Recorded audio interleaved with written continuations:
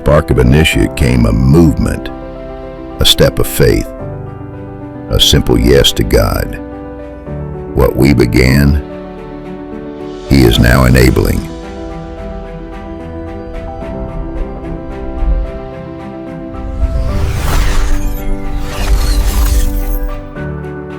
Last year we initiated worship, outreach, relationship, discipleship, small steps, big purpose. God was already preparing us for more. Now we declare, He is the enabler, the one who strengthens, provides, empowers. He enables leaders to rise, worship to ignite, lives to be transformed, not by our strength, but by His Spirit. Together we move as one, enabled to go, enabled to serve, enabled to love, enabled to shine. To Him who is able to do immeasurably more, be all the glory. Church of God General Trias, initiated by faith, enabled by grace.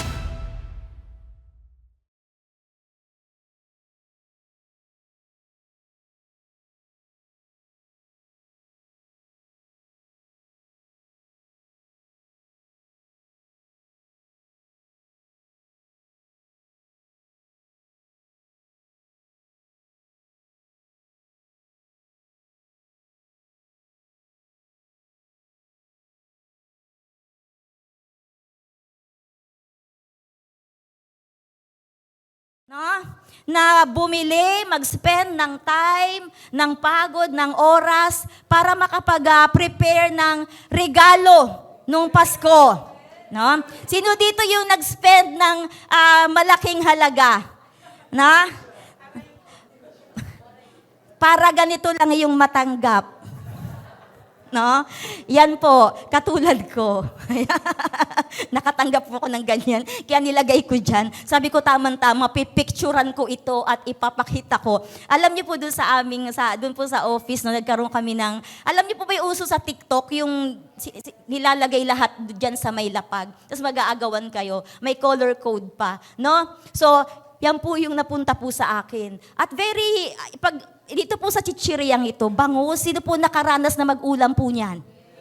O, di ba? Alam nyo, memorable sa akin yan eh. Kasi nung time na, way back, yun sa dati kong church po, nung na-assign ako sa Rizal, no?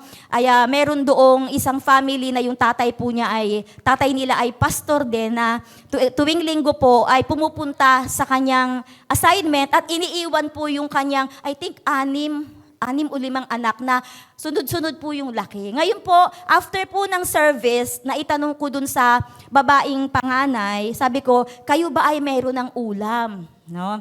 Kasi po, tuwing tinatanong ko sila, minsan sinasabi nila, wala pa. So, ang gagawin ko, minsan bibigyan ko ng 50, 20 pesos, ganun. Kasi nga talagang, sabihin natin na medyo wala rin po sa buhay. No?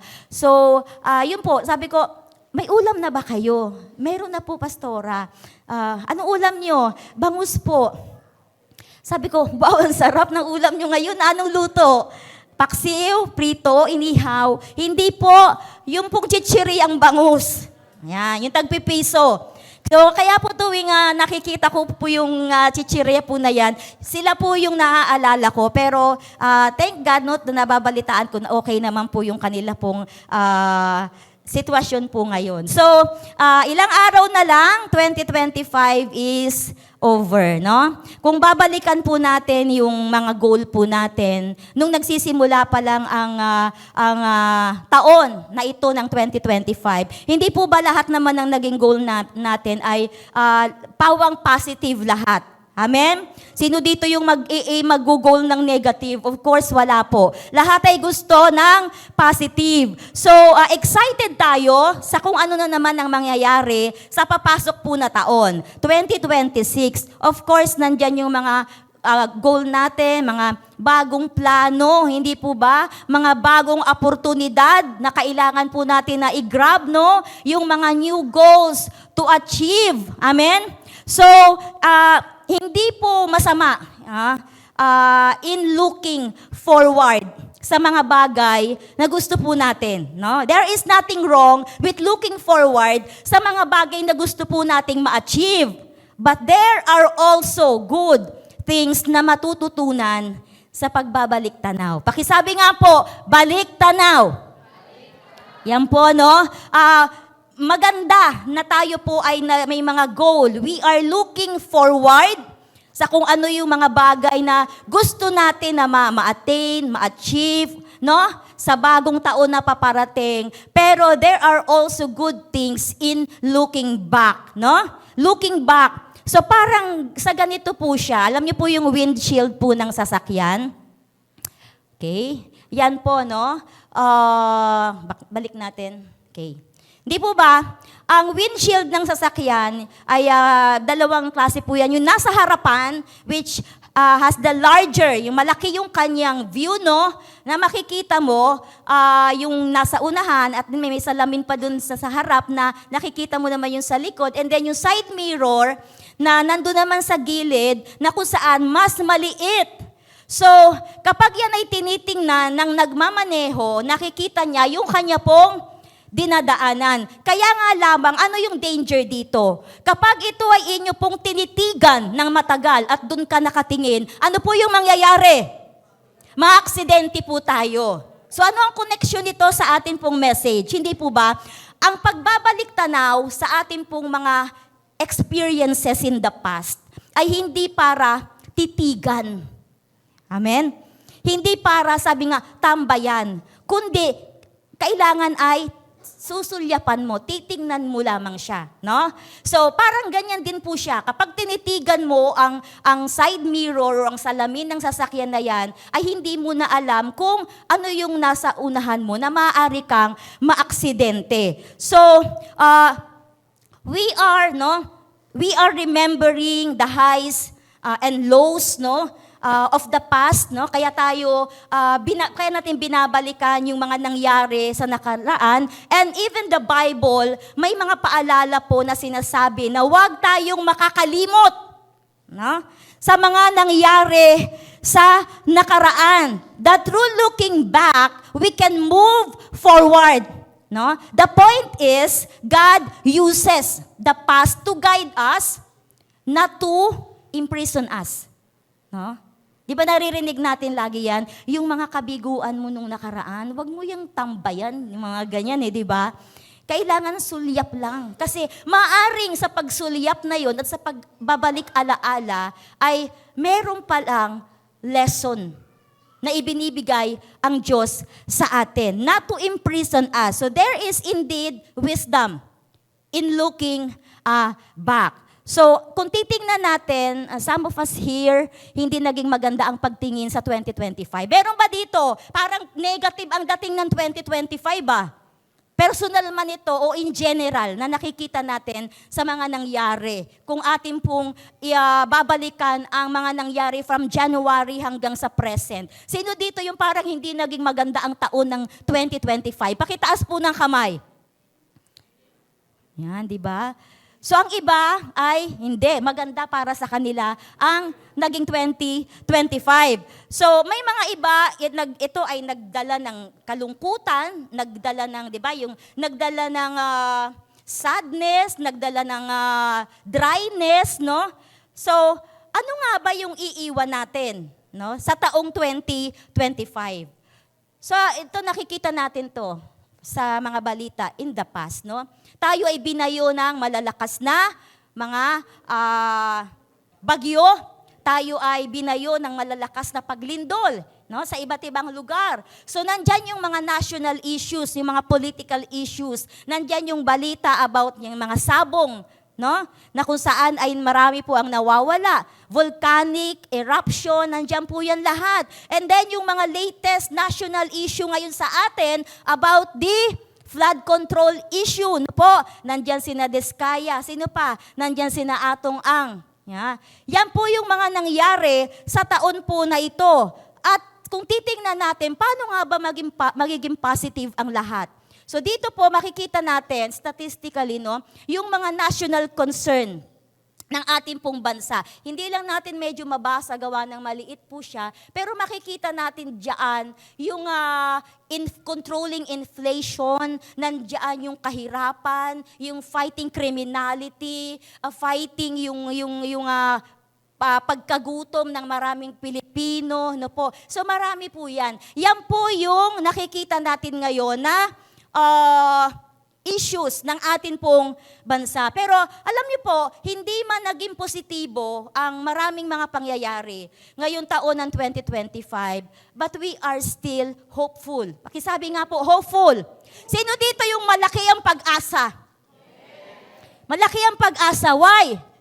Sabi po sa Luke, mabagal yung ating yan.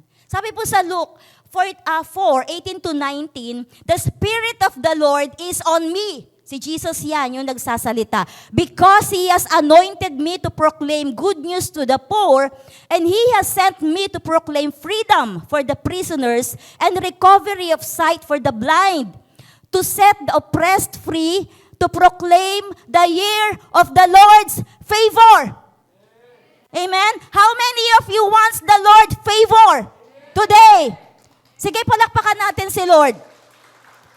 Hindi po ang favor ng horse. Kasi 2026 is a fire horse, I think. No? Hindi po yung pabor ng mga nag-alay na planeta. Hindi po yung mga pabor ng mga kung ano-anong pampaswerte. Hindi po ang pabor ng kung ano-anong mga sinasabit natin. Kundi ang nais natin ngayon na tanggapin is the favor from the Lord. Amen. The Lord's favor. So, sino dito, no? Sabi nga po, tanong ko kanina, yung punong-puno ng pag-asa kasi alam mo sa sarili mo that the favor of the Lord is on you. Amen? Kasi po alam nyo, in God's economy, wala pong bankruptcy na tinatawag. Sa Diyos, walang pagkalugi. Amen? Walang pagkalugi sa harapan po ng Panginoon. Ang Diyos kailanman po ay hindi po kukulangin. No? Sa ekonomiya po ng mundo, you receive what you earned. Nagtrabaho ka, of course, sasahod ka. Pero sa Diyos, iba. In God's economy, no, you receive what you do not earn. Amen? Salvation, example. No? Hindi natin yan pinaghirapan. Binigay sa atin bilang regalo ng Diyos. So paalala po ito sa ating lahat na wala po sa ating mga kamay ang katuparan, kundi nasa kamay po ng ating pong Panginoon. So today, all we need to do is to remember. Pakisabi, remember. Remember the faithfulness of the Lord. Amen? Yung katapatan ng Panginoon that He sustains us mula January hanggang December, no? And maraming taon na lumipas, sinustain tayo ng Panginoon, no? At lilipas ang taon na ito, kung loloobin ng Lord, marami pang taon nang ipagkaloob sa atin ng Panginoon. But still, hindi nagbago ang katapatan ng Diyos sa atin. Amen? So today, at ito po yung ating text today from Psalm 77:11-12. I will remember the deeds of the Lord. Yes, I will remember your miracles of long ago. I will consider all your works and meditate on all your mighty deeds. Amen? So sa Tagalog, kaya aking babalikang gunitain ang ginawa, ang maraming ginawa mong tunay na kahanga-hanga. Sa lahat ng ginawa mo, ako'y magbubulay-bulay ako sa diwa ko at isipan. Tayo muna ay manalangin. Dakilang Diyos, muli kami po ay nagpapasalamat at nagpupuri sa araw na ito, Panginoon, for guiding us, for bringing us here para ikaw ay amin pong sambahin at pasalamatan. Nawa Lord, muli kang mangusap sa amin sa pamagitan po ng mensaheng ito, Panginoon. Nawa Lord, gawin mong isang matabang lupa ang aming mga puso na kung saan malayang tatanggapin ng may kagalakan at ng may pasasalamat ang mensaheng ito, Panginoon. Lord, we entrust to you, alisin mo ang anumang distraction sa aming paligid, and may your words, O God, penetrate, Panginoon, sa kailaliman ng aming puso't isipan. Kaya sa iyo namin to, Panginoon, itinitiwala sa pangalan ni Jesus. Amen, amen, amen. Hallelujah. So hindi po ba every year, tuwing dumarating po ang bagong taon, we often ask, paano ko ba ito haharapin? Ano kaya ang mangyayari? No? Ano kaya yung magbabago? Ito kaya ay pabuti? No? Ito kaya ay mas pabuti kumpara sa nakaraang taon? Kasi po sa Diyos, lahat pabuti ng pabuti. Amen? Sa harapan ng Diyos, ang nais niya, pabuti tayo ng pabuti. So, titingnan natin dito, yung writer po ng Psalm 77, Asaph, no? Meron po siyang kondisyon, personally at maging dun sa national issue po nila, condition po ng bansang Israel. Pero alam niyo po ba na instead of focusing on his condition, he chose to remember. Amen? He chose remembrance. Mas pinili niyang alalahanin. So ano yung kondisyon na meron siya? Emotional distress. Sino dito yung merong problemang emosyon? Pakitaas ang kamay. Yung may pinagdadaanan sa kanyang emosyon. Amen? Kung nahihiyaman kayo, okay lang po yan. No? So meron dito, sino yung nakakaranas ng spiritual confusion? No? Meron tayong mga ganyang nararanasan, hindi po ba? Yung parang sa tingin mo, katulad po ng writer nito, parang wala na yung grace ng Panginoon. Parang pinabayaan na ako ng Lord. Because the nation is in trouble. So ano yung kanyang ginawa? He cried and sought the Lord in prayer kasi troubled yung kanyang spirit. Ano pa? He doubt the promises and the love of God. Nagkaroon ng pagdududa sa kanya. Pero alam niyo po, nagkaroon po ng turning point, no? Na doon sa kanya pong ginawa at sa kanyang nararamdaman, bigla sa isang iglap, he chose to remember what the Lord has done in the past. Ano ba yung ginawa ng Diyos sa kanila? Dito sa, okay, yung title natin, balik tanaw. Sa 77 verse 20, ito yung kanyang ginawa. You led your people like a flock by the hand of Moses and Aaron. Sa gitna ng kanyang sitwasyon, no po, at ng sitwasyon ng bansang Israel, ay naalala niya, no? Paano nga ba kami niligtas ng Diyos? No? Na mula doon sa pagkaalipin namin sa Ehipto, pinalaya kami ng Panginoon. Pinaglakbay kami sa ilang na hindi kami ginutom ng Diyos. Na maging yung aming mga panyapak ay hindi man lang nasira. No? Na kami pinadalhan ng Diyos ng pagkain araw-araw hanggang sa sila'y makarating sa promised land. Sa kabila ng katigasan ng kanila pong mga ulo. He remembered. No? He chose to remember instead na mag-focus siya doon sa magulo at hindi magandang sitwasyon. Ano yung kanyang inalala? Yung katapatan ng Diyos, yung ginawa ng Diyos, yung pagsusustain ng Panginoon sa kanila pong bansa at maging sa kanya pong buhay. So inalala niya yung pagliligtas ng Diyos sa kanila para makalaya. He looked back. He looked back. Why? Because the present offered no explanation. No? Wala siyang makitang sagot. Wala siyang makitang tugon. Wala siyang makitang paliwanag. Bakit ganito? So anong kanyang ginawa? Binalikan niya kung ano ang nangyari sa nakaraan. At ang kanyang nakita, ang katapatan ng Diyos. No? The faithfulness of God. No? Kasi minsan, alam niyo po, yung sagot, hindi nakikita minsan sa kasalukuyan. Ang sagot, nasa nakaraan. Amen? At paulit-ulit na ipinapaalala sa atin ng Diyos, balikan mo. Kasi ipinapaalala ko sa iyo kung paano ko naging mabuti. Amen? Kung paano kita sinustain. Amen? He chose to remember. Ano yung kanyang inalala? Makapangyarihan pala ang Diyos. Amen? Makapangyarihan pala ang Diyos. Nasabi doon, kahit na hindi nakikita yung kanyang footstep. The footstep is unseen. Di ba ganyan naman ang Panginoon? Minsan din natin alam eh. Pero He works. Amen? Gumagawa ang Panginoon. Sinave sila ng Panginoon nung sila po ay natrap. So He looked back because the present offered no explanation. So ano po yung connection nito sa panahon po natin ngayon? Now that we are entering a new year, a new season, a transition, ano ba yung madalas na nararamdaman kapag tayo po ay pumapasok sa panibagong taon? Hindi po ba uncertainty? Hindi mo tiyak kung ano ang mangyayari. Amen? At alam niyo po, ganun din sa panahon po ni Jeremiah. Sino dito nakakakilala kay Jeremiah, the weeping prophet? Wala?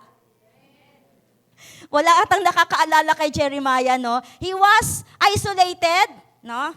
He was exiled, they were exiled, and then he wrote and expressed what he felt that time. Kung ano yung kanyang nararamdaman. Sa verse 19 ng Lamentation, okay? I remember my affliction and my wandering, the bitterness and the gall. Yun yung kanyang sitwasyon. Sabi niya, simpait ng abdo. No? Kung aking aalalahanin, lagi kong naaalala at ako'y namimighati. Yung kanyang kalagayan, sabi niya, simpait ng abdo. No? Sa araw-araw po nating buhay, marami tayong mga challenges. Amen? Different level. Iba't ibang sitwasyon. No? Pero alam niyo po kung ano nagbibigay ng lakas sa atin, yung katotohanan na ang Diyos ay tapat. That God is faithful. Sige, palakpakan natin si Lord. And He continue to be faithful. No? At sa pagbabalik po ng mga alaala na yan, we don't look back to stay. No? We don't look back to stay. We look back to see how far. Kung gaano na ba kalayo yung ginawa ng Diyos, kaya ka nakarating sa ganyang kalalagayan. Amen? We don't look back to stay para tambayan mo o para manatili ka doon. Kaya natin binabalikan ng alaala at ng tanaw yun, no? Para makita natin kung gaano na ba kalayo, no? Na ikaw ay dinala, tinulungan, ginabayan ng Panginoon hanggang sa kasalukuyan mo. Amen? Hanggang sa yung present ngayon. So, sa verse 21 and 22, yet this I call to mind. Sabi ni Jeremiah, and therefore I have hope. Pakisabi, hope. Because of the Lord's great love, we are not consumed, for His compassion never fail. No? Sabi niya, nakakita ako ng pag-asa sa gitna ng mahapding sitwasyon na ito. No? Sabi niya, nakakita ako ng pag-asa na sa mga pinagdaanan ko, lagi kong naaalala. Lagi to sa isip ko. No? Na meron palang sinasabi ang Diyos sa pamamagitan ng kalagayan kong ito. At kung ikaw ay nasa ganitong kalagayan, ano man po yan, no po? And if you are still standing today, yan ay patunay lang that God carried you. Amen? Dinala ka ng Panginoon. Binitbit ka ng Panginoon. No? That God carried you. That's why survival can be a big testimony. No? Kung nag-survive ka, nagtagumpay ka, sa kung ano yung pinagdaanan mo, no? It is a big testimony sa kabutihan ng Diyos sa iyong buhay. Why?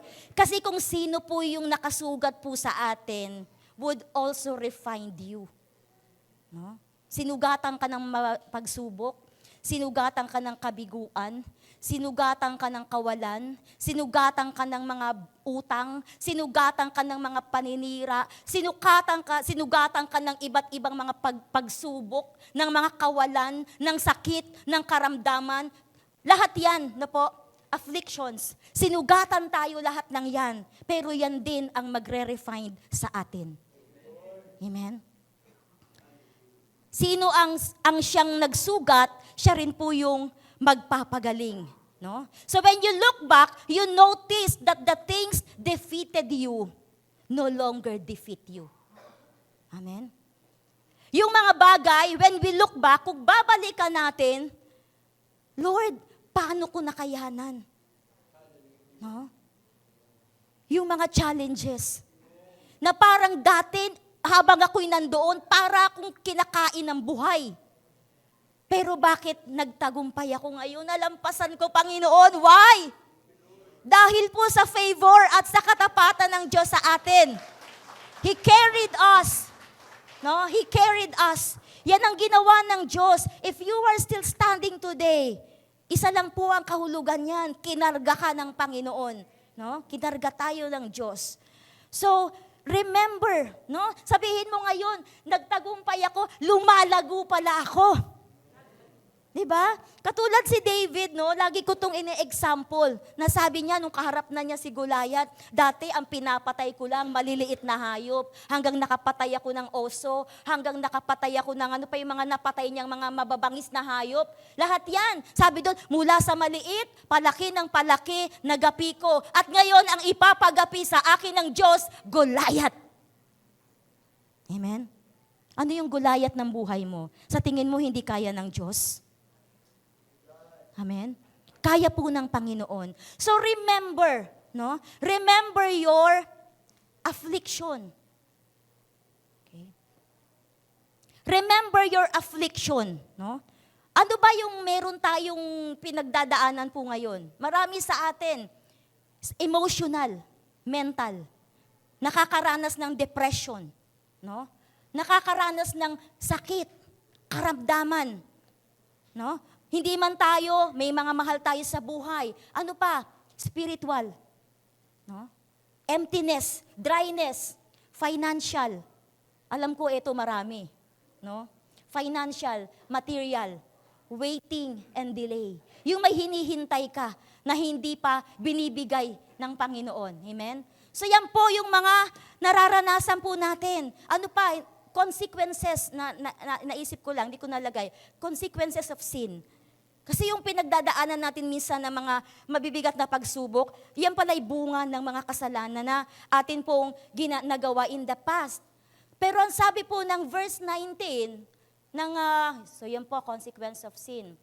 Sabi ng verse 19, I remember my affliction and my wandering, the bitterness and the gall. No? We have to face the fact, no, na marami pong challenges tayong kakaharapin. No? Ngayon po, pwedeng, sa season na ito, pwedeng medyo nakagaan tayo, di ba? Kasi may 13-month, no?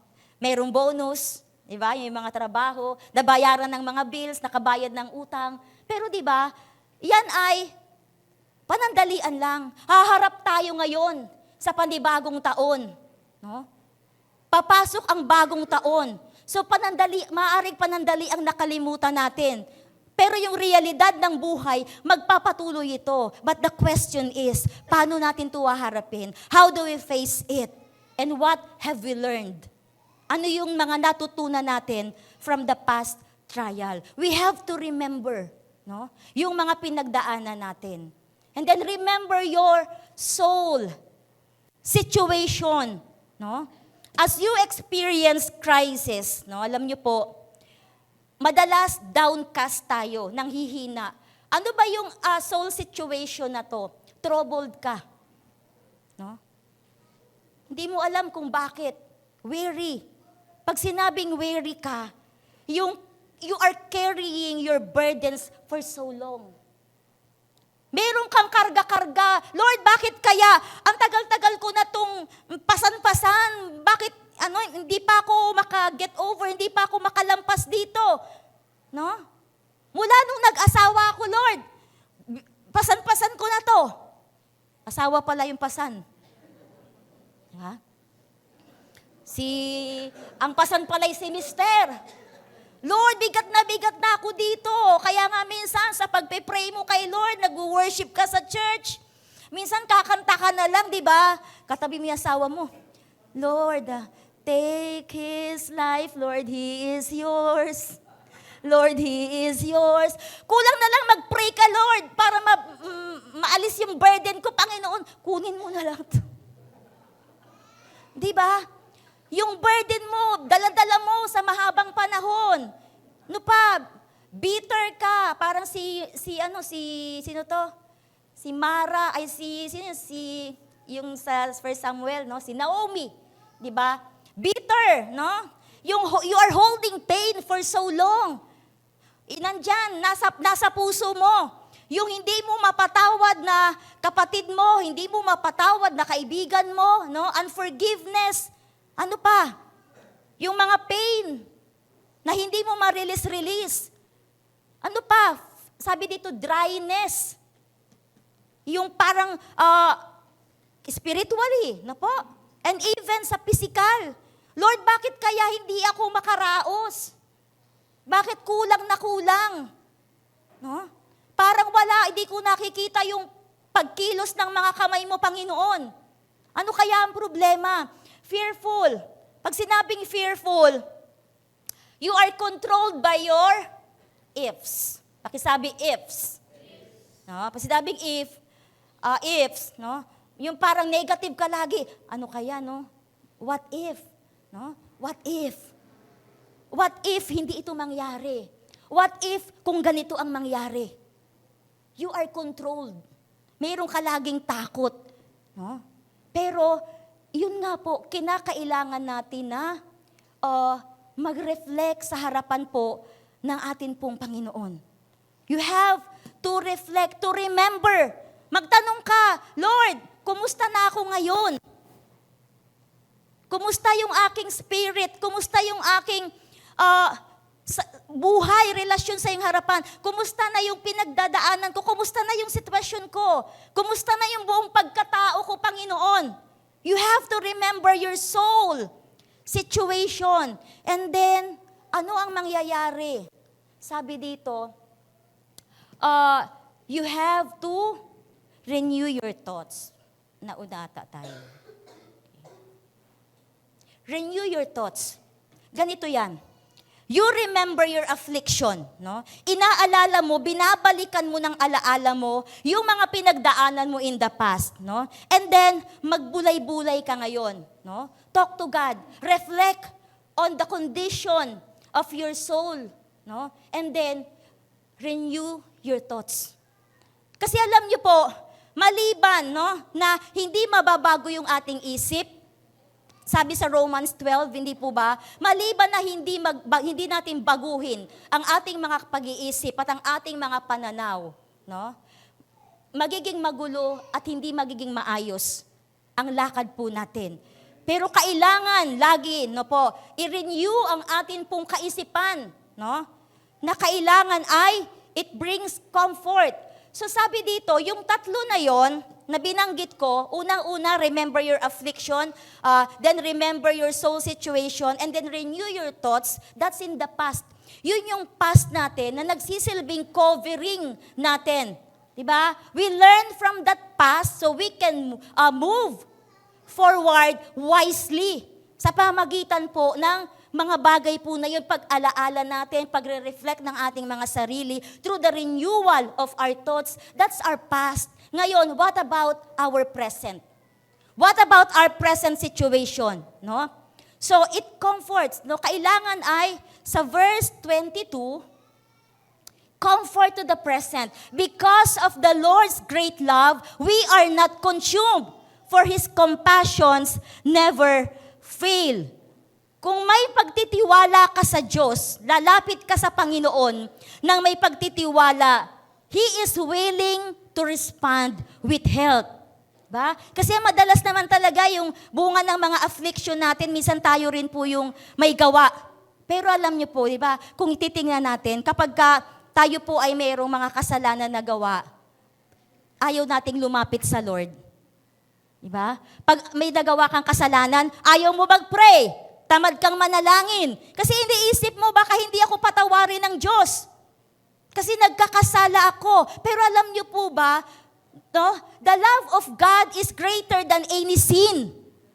Na maaari tayong lumapit sa Panginoon. Mas lalo nga tayong dapat na lumapit sa Diyos. It brings comfort to us. Kapag meron kang, parang sa tingin mo, hindi ka nagiging kalugod-lugod sa Panginoon, mas lalo tayong dapat na lumapit sa Panginoon. Kung ano man yung kalagayan natin ngayon, if you feel that you are unworthy sa harapan po ng Diyos, kapatid, lapit sa Panginoon. Amen? Mas lalo tayong dapat, it brings comfort to the present. No? And then, yung confidence natin, saan to nanggagaling? Yung sa hinaharap, no? Kumpiyansa tayo. Sabi sa verse 23, they are new. Okay?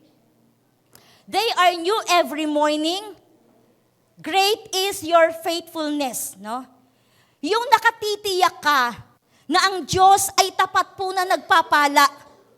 Pinagpapala po ba tayo ng Panginoon? Hindi lang doon sa past mo, hindi lang sa present mo ngayon, kundi even in your future. Naka-ready na yan sa Panginoon because God holds our future. Siya po yung may hawak. No? Kaya makatitiyak tayo, confident tayo na hindi tayo iiwan at hindi tayo papabayaan ng Panginoon. Ano lang yung dapat nating panghawakan? Pananampalataya. Kaya ka nagtagumpay in the past, no? Because God carried you, because you trusted God, because may faith ka sa Panginoon.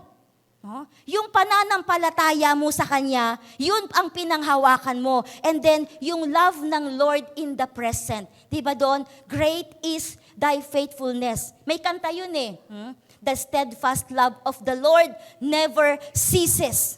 Ibig sabihin, yung pag-ibig na ipinapadama sa iyo ng Diyos kahapon, no? They are new every morning. Amen. Yung iba ang nakahanda para naman sa ngayon at iba naman ang para sa bukas. No? Ganon ang pag-ibig po ng Diyos. They are new every morning. The steadfast love of the Lord never ceases. They are new every morning. New every morning. Great is thy faithfulness. Hallelujah. Tapat ang Diyos. Kaya ka may pag-asa ngayon sa hinaharap. Kasi alam mo na hindi ka iiwan at hindi ka pababayaan ng Diyos. No? Hindi natin kailangang mawala ng pag-asa. Ang kailangan lang po natin ay alalahanin, no? Manatili sa pananampalataya. No? Remember who God is. Katulad ng ginawa ni Asaph. No? He chose to remember. Kung meron man tayong dapat na iwanan, kasalanan, pride, guilt, doubt. Sabi ni Paul, sa Philippians 3:13-14, brothers and sisters, I do not consider myself yet to have taken hold of it. But one thing I do, forgetting what is behind. No? Ano yung behind na yon? Yun yung mga bagay na hindi kalugod-lugod sa Diyos. No? Guilt, pride, sin, distraction, upang hindi ka magpatuloy. No? Sabi doon, and straining toward what is ahead, I press on toward the goal to win the prize, for which God has called me heavenward in Christ Jesus. Amen? We don't move forward to deny the past. No? Kailangan nating balikan, alalahanin. Kaya bago tayo humakbang, no? Para maabot yung mga bagay na gusto po nating maabot, sa umagang ito, let us reflect. Let us pause for a while. Look back, no? Look back, not on the failures, not on defeat. No? Kung sa tingin mo sa taong ito, parang naging talunan ka. Kung sa tingin mo, natalunan ka man, but God is still faithful. Amen? Kung sa tingin mo ay marami pa ring nandyan yung mga pagsubok, Pero alam niyo po, hindi magbabago na ang Diyos ay tapat. Hindi magbabago that God protects. Hindi magbabago ang katotohanan that the Lord provides. Amen? Hindi magbabago yun. Kung hindi ka man niya nagawang, kung hindi ka man niya nagawang, sa tingin mo ay parang hindi ako napagpala ni Lord Hindi po ganun ang Panginoon. Hindi ganun ang Diyos. Gagabayan ka niya, hindi ka niya magagawang iwan, no? Sa mga susunod mo pong hakbang. Remember every detail of your life journey. No? Sa umagang ito, nasa tingin mo, sinamahan ka ng Diyos. Failed ka man para sa sarili mo, no? Failed ka man many times. But God never fails to love you. Amen? Na mahalin ka sa kabila ng pagiging makasalanan mo, sa kabila ng mga failures mo sa buhay. God never fails to love you and gain you back. Amen? So that you can move forward. Standing in faith, no? Not in fear, but in faith. Sino dito yung nananalig na ang 2026 would be a better year for you? Amen? Of course, lahat tayo. Amen? Kasi ano ang silbi ng buhay kung wala kang pag-asa? Dapat laging may pag-asa. Po? May bagong taon man tayong kakaharapin. No? Ilang araw na lang. Diba? Sabi ko kanina, natatandaan nyo ba yung mga challenges na kinaharap natin sa taon na to? Na hindi ka ba nagtanong, paano ko to Lord nalampasan? Naalala mo ba yung mga frustrations mo, yung mga failures mo, yung mga wrong decision mo na nagawa na? Nasabi ko nga, parang sa tingin mo, kakainin ka ng buhay. But when you look back, nandito ka ngayon, nakatayo, nagpupuri sa Diyos. Nagpapasalamat sa Panginoon. No? And then you remember kung paano ka itinawid ng Diyos from these trials. No? Mula sa mga pagsubok na ito. No? And this is the moment to thank God and celebrate. Kasi ang Diyos, very faithful sa bawat isa po sa atin. That even the impossible things, ay na, kaya niya. No po? Pinagtagumpayan po natin yan. Yes, may bagong taon tayong haharapin, nakaka-excite, nakakakaba. Pero good thing is, maaari nating pagtiwalaan ang Diyos who sustained us. Diba? Ako lagi kong prayer every time. Kahit sa tuwing tatayo ako sa harapan, sa inyong harapan, sa pulpito, Lord, sustain me.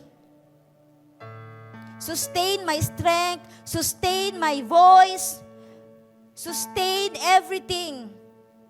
Na po? Kasi hindi natin kaya without the help of God. Kung sa tingin mo parang, Lord, parang tahimik ka ata ngayon na. Matatapos na naman ng isang taon pero parang hindi kita naramdaman. Pero alam niyo po, sa gitna ng katahimikan ng Panginoon, yung alaala ng kanyang mga gawa ang nagpapalakas po ng ating pananampalataya. Amen? If you just remember the deeds of the Lord, kung sa tingin mo parang malabo ang future, remembering God's faithfulness in the past becomes our confidence in the future para tayo maka-move forward. Hindi ka para manatili in the past, kundi aalalahanin mo ngayon kung paano ka dinala ng Diyos, kung paano ka niligtas ng Diyos, kung paano ka tinawid ng Panginoon. Kaya ngayon, hahakbang ka ng pasulong. Kasi yung Diyos na nasa likod mo noon, nasa unahan mo na ngayon.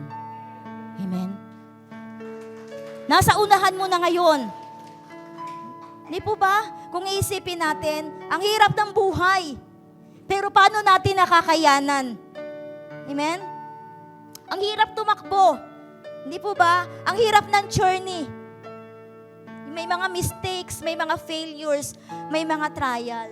Pero ang mga past na ito na pinagdaanan natin could be a stepping stone, a lesson to remember para maging mas matibay ka na ngayon at mas magiging matatag ka na ngayon kasi pinanghahawakan mo na ang lahat ng gawa ng Panginoon ay pawang kabutihan at pawang katapatan.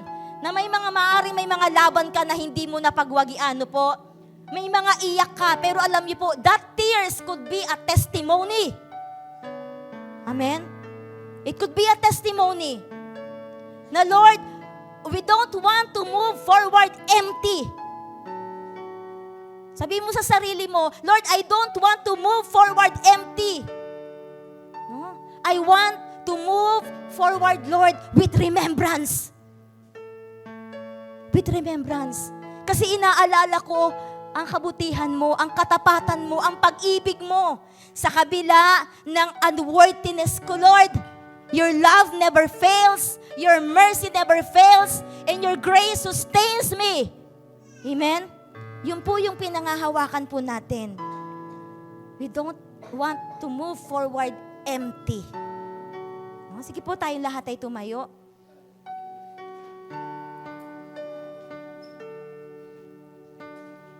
Hallelujah.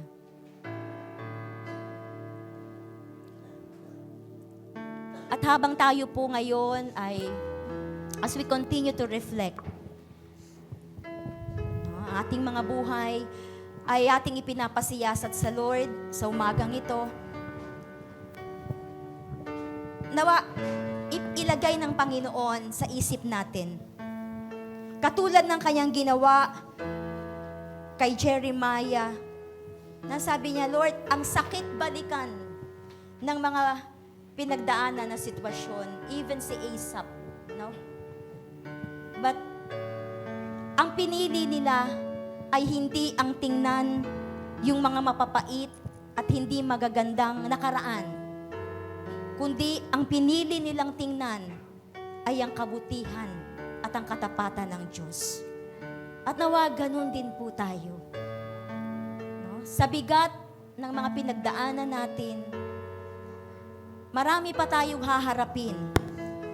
Kung bibigyan pa tayo ng Panginoon ng mahaba pang buhay, our life on earth is not easy. Pero ang isang pangako ng Diyos na maaari po nating panghawakan sa mga panahong ito, na sabi ng Panginoong Jesus, take heart. No? Take heart. For I have overcome the world. Kung paano ako nagtagumpay, magtatagumpay din kayo. Just continue to stand in faith. Continue to trust God. No?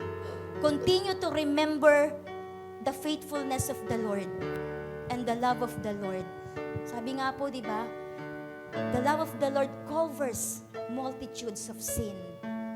At kung minsan may mga panahon na ayaw nating lumapit sa Panginoon because of the sin na ating nagagawa, ang paalala ng Diyos sa atin sa umagang ito, anak, mas lalo kang kumapit at mas lalo kang lumapit sa akin.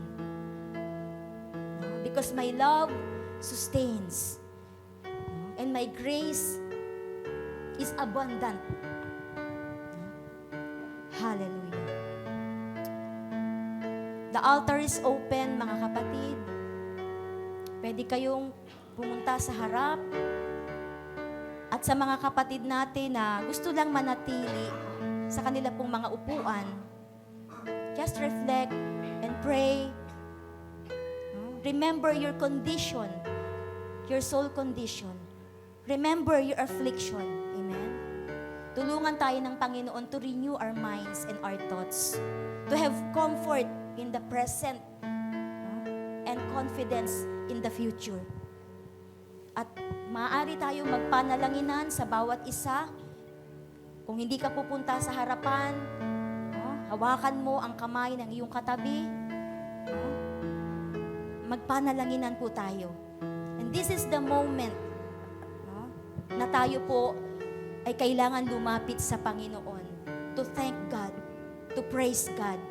For He sustains us. No? Mula noon hanggang sa ngayon. Hallelujah. Giving is part of worshiping. To all who desire to give, you may give your tithes and offering through online bank transaction. Details are provided below.